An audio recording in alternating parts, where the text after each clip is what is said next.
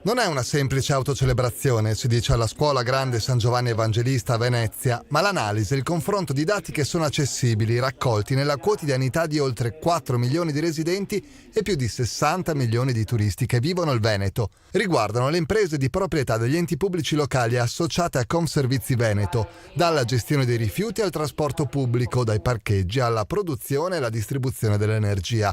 Ebbene, l'analisi porta ad un omogeneo risultato d'eccellenza, a un primato regionale rispetto al resto d'Italia. Si guardi ad esempio alla raccolta differenziata. Il Veneto raggiunge il 73% a fronte di una media nazionale del 52% e del 64% al nord. I veneti sono i più virtuosi anche nella separazione degli scarti organici, che arrivano a ben 160,2 kg per abitante all'anno rispetto a una media nazionale di 107,6. E poi il trasporto pubblico, dall'opportunità del biglietto unico all'attesa per la tariffa unica regionale. Ecco come proprio con i biglietti in Veneto i costi aziendali vengono recuperati del 45%, quando la media nazionale in realtà è del 25%. Qui la chiave è l'integrazione dei servizi, spiega il presidente di Comservizi Veneto, Massimo Bettarello. Noi abbiamo fatto dei passi avanti molto importanti, generando app per la vendita di biglietti, generando servizi, come dire, intermodali cosiddetti, cioè tra varie tipologie di sistemi di trasporto.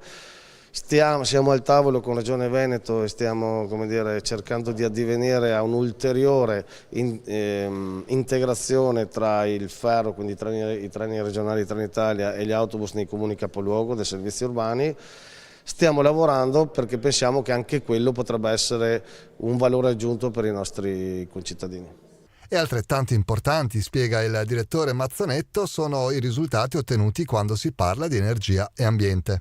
I due termovalorizzatori che sono presenti, uno a Padova, quello del gruppo Acegas APS Amga del gruppo ERA, e quello di Schio, producono in energia l'equivalente di 11.500 tonnellate di petrolio. Quindi abbiamo delle risorse vere, sane all'interno del nostro territorio che vanno valorizzate, e la dimostrazione che anche il pubblico riesce a gestire bene le aziende.